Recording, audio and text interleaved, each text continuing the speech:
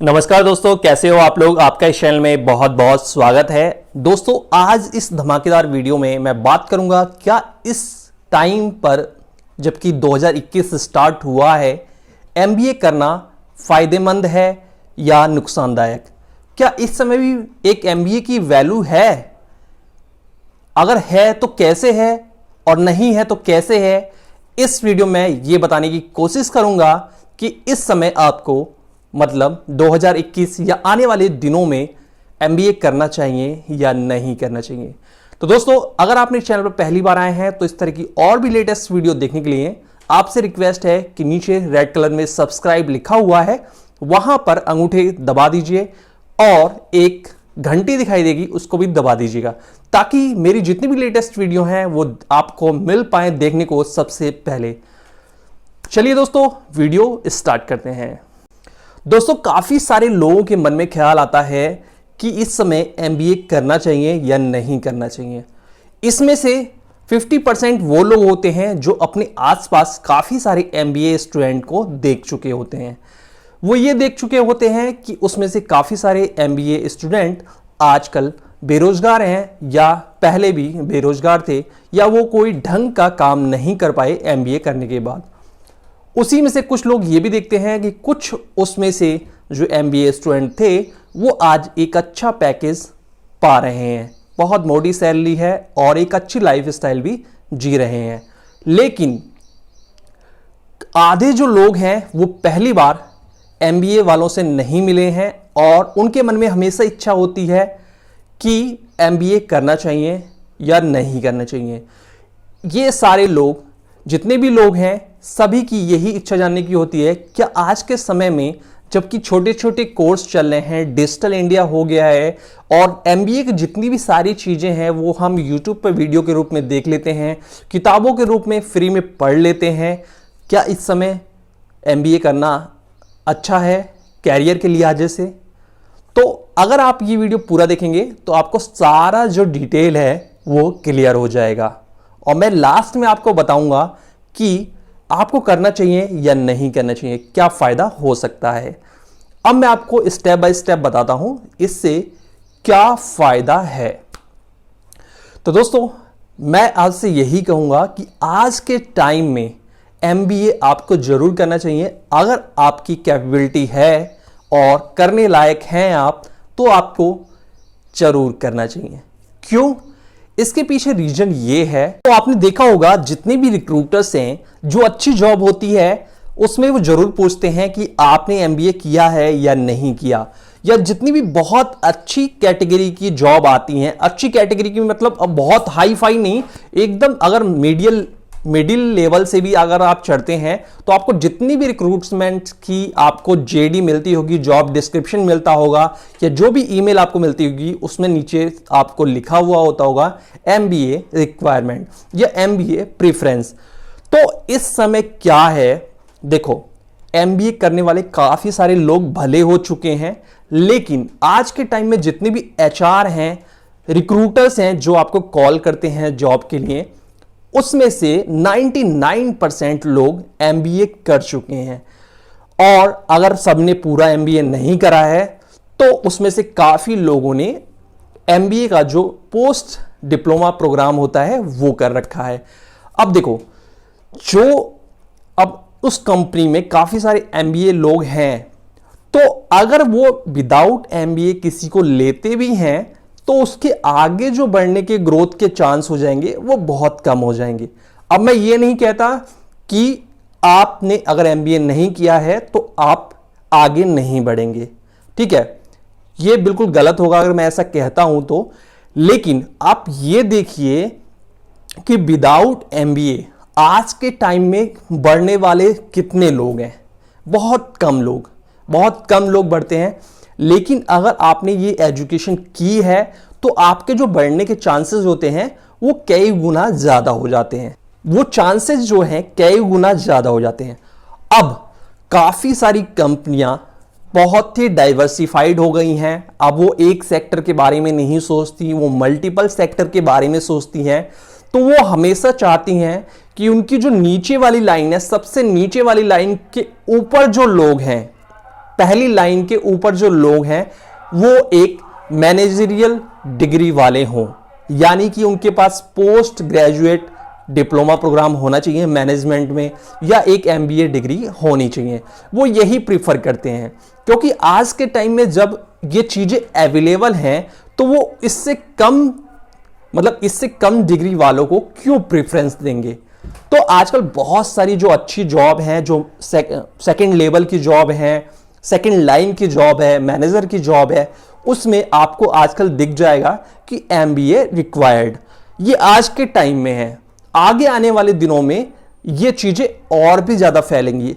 अब आप इमेजिन करिए कि एक कंपनी है जिसमें सारे ही मैनेजर, मतलब 95% मैनेजर एमबीए वाले हैं, या किसी ना किसी कॉलेज से उन्होंने पोस्ट ग्रेजुएट डिप्लोमा किया है मैनेजमेंट में, और 5% जो लोग हैं वो अपने दम पर आए हैं, मतलब अपने स्किल्स से, एक्सपीरियंस से दम पर आए हैं, लेकिन उनके पास ग्रेजुएशन के बाद कोई डिप्लोमा प्रोग्राम नहीं है मैनेजमेंट में। आगे आने वाले दिनों में आपको मैनेजमेंट में एमबीए जो स्टूडेंट हैं, मैनेजमेंट के जो स्टूडेंट हैं, वो और भी ज्यादा देखने को मिलेंगे। तो धीरे धीरे जो विदाउट एमबीए वाले लोग हैं उस पोजीशन के लिए उनकी डिमांड और भी ज्यादा कम हो जाएगी।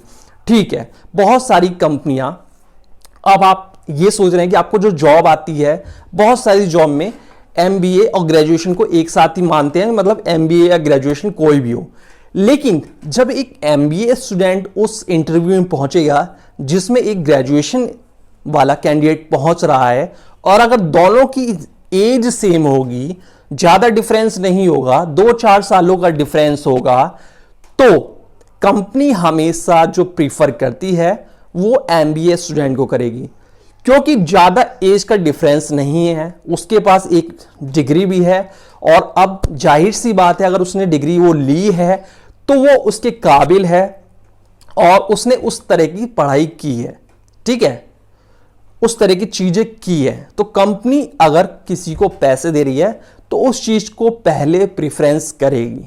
अब एक छोटी सी बात मैं आपको बता दूं, पहले बहुत सारी कंपनियों में आपने देखा होगा कि अगर आप ग्रेजुएट हैं तो भी एक अच्छी पोजीशन पे पहुंच सकते हैं, लेकिन आज के टाइम में आप देख रहे हैं कि मतलब अगर आप एमबीए हैं, कंपनियां एमबीए फ्रेशर को ले रही हैं अच्छी अच्छी पोजीशन पे, ठीक है, उनको यह विश्वास है कि एजुकेशन तो इस बंदे के पास है, काबिलियत है, बाकी जो एक्सपीरियंस है, जो सिखाना है, वो हमारी टीम और हमारी कंपनी सिखा देगी।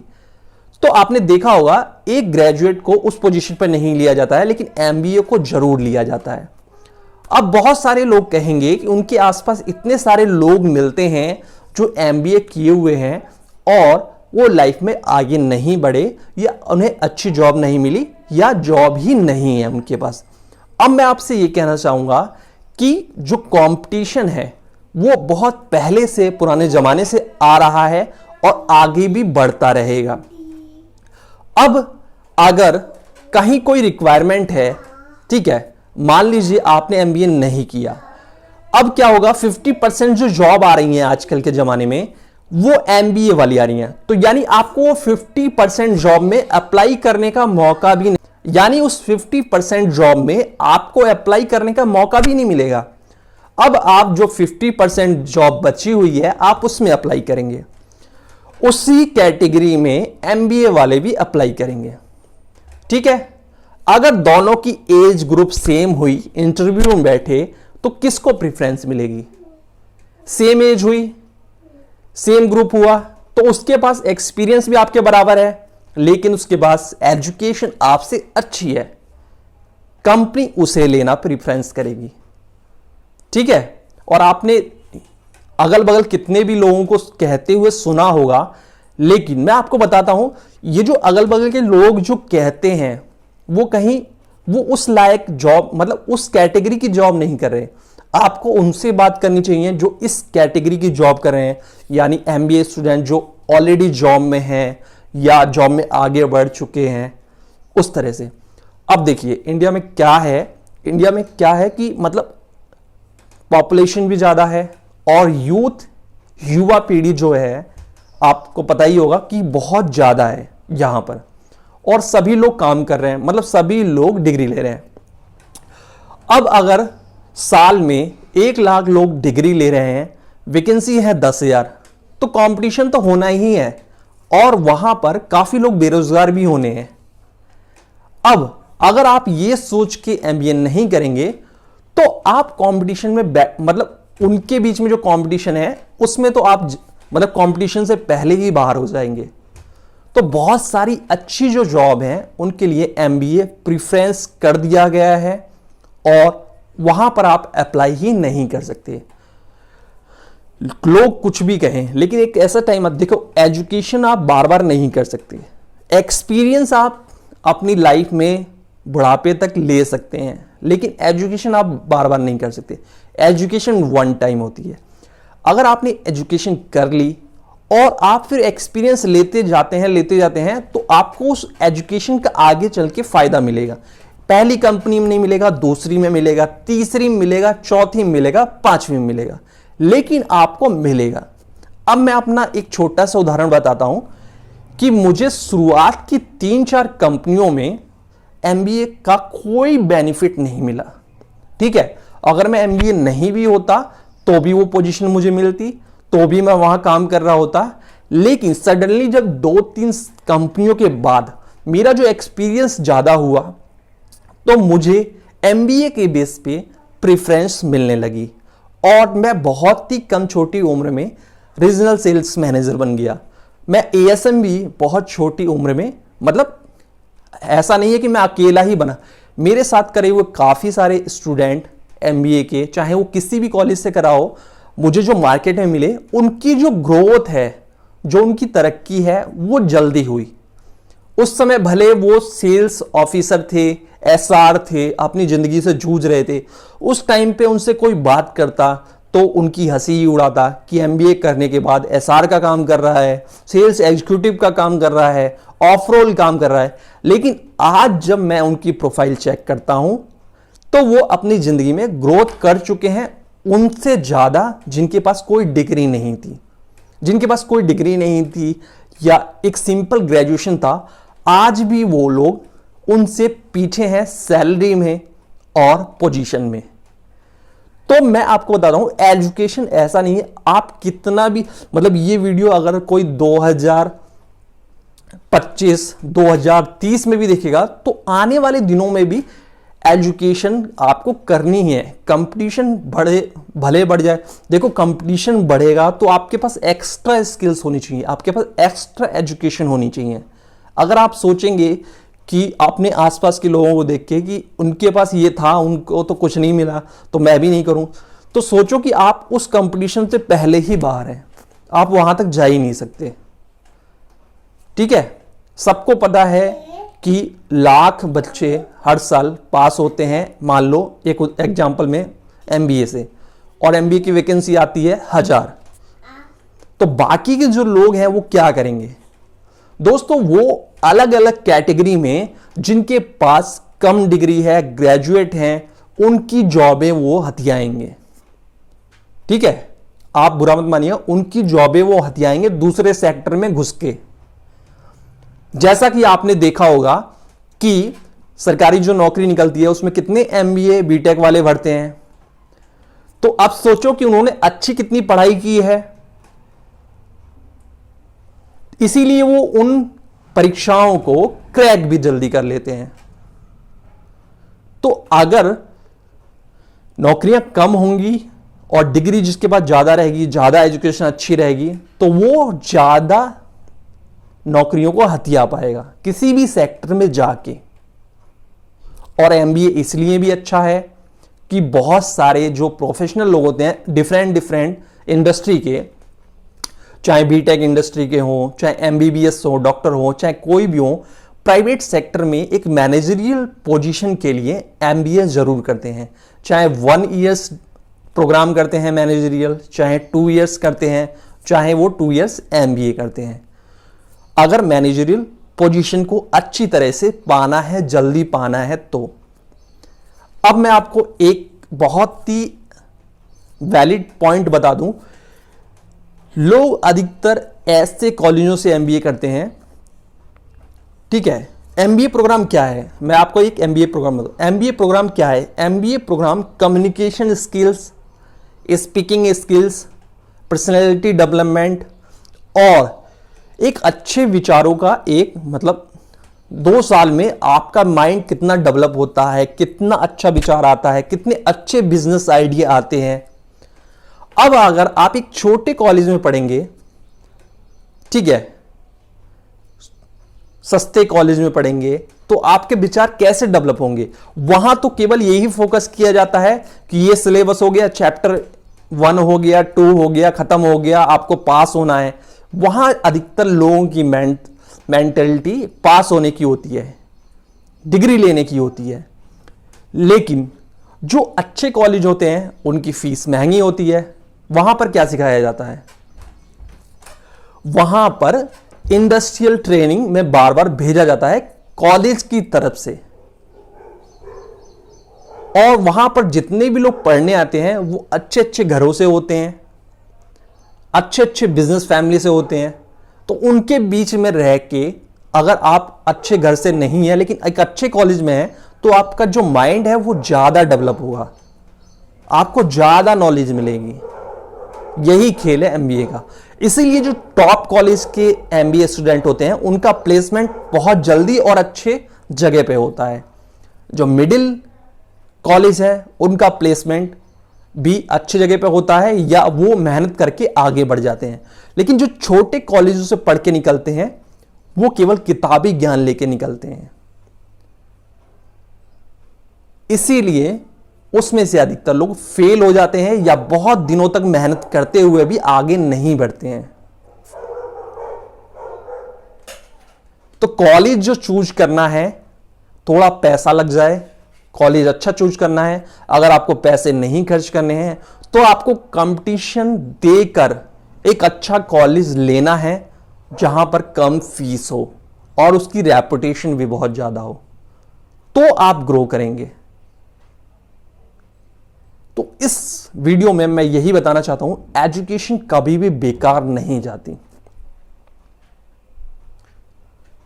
अगर आपके पास एक्सपोजर है, एजुकेशन है और बहुत सारी चीजें हैं, तो आप, ये जरूरी नहीं है कि आप जॉब लाइन में ही अच्छा कर पाए, आप किसी भी लाइन में जाकर अच्छा कर सकते हैं और आपको हमेशा प्रायोरिटी मिलेगी। अब बहुत सारे जो लोग आपके आसपास होते हैं वो केवल इसलिए ऐसी गलत बातें करते हैं एमबीए, बीटेक इनके बारे में, खुद उनकी एजुकेशन इस स्तर की नहीं होती। उनके मुंह से ही आप कभी पढ़े लिखे आदमी या जिनके पास इस तरह की एजुकेशन है, आप उनके विचार से देखिए। आप ऐसे लोगों से मत फीडबैक लीजिए एमबीए का चाहे बीटेक का, कि अरे हमारे गांव में तो उसने करा था एमबीए, उसने बीटेक करा था, कुछ नहीं हुआ। आप ये देखिए, आप जिससे बात कर रहे हैं उसकी एजुकेशन क्या है, उसको क्या पता है। इसीलिए अगर आपको सही डिसीजन लेना है एमबीए करें या ना करें, तो जिसने इसे कर रखा है, चाहे वो बेरोजगार है चाहे वो फेलियर है, आप उससे पूछेंगे, वो आपको सही तरीके से गाइड कर पाएगा। वो ये भी बताएगा कि मैंने अगर अच्छे कॉलेज से नहीं करा तो आपको थोड़ा और अच्छे कॉलेज से करना चाहिए था, या मैंने ये चीज नहीं सीखी एमबीए में, ये मिस कर दी, आपको इस तरह से और डेवलपमेंट करना है तो आपको और भी अच्छी जॉब मिलेगी।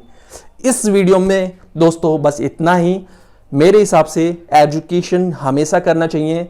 वो नौकरी के काम भी आ सकती है, वो आपके खुद के बिजनेस अगर करेंगे उसमें भी काम आ सकता है, और हर जगह वो आपको काम देगा। चाहे आप स्कूल चला रहे हैं, चाहे टीचिंग कर रहे हैं, चाहे नौकरी कर रहे हैं, चाहे अपना खुद का बिजनेस कर रहे हैं, आपको फायदा ही होगा। तो वीडियो अच्छी लगी है तो लाइक शेयर जरूर करें, आपसे रिक्वेस्ट है। और अगर मेरे चैनल को सब्सक्राइब नहीं कर रखा तो सब्सक्राइब जरूर कर लें। मिलते हैं अगली बार एक और लेटेस्ट वीडियो के साथ।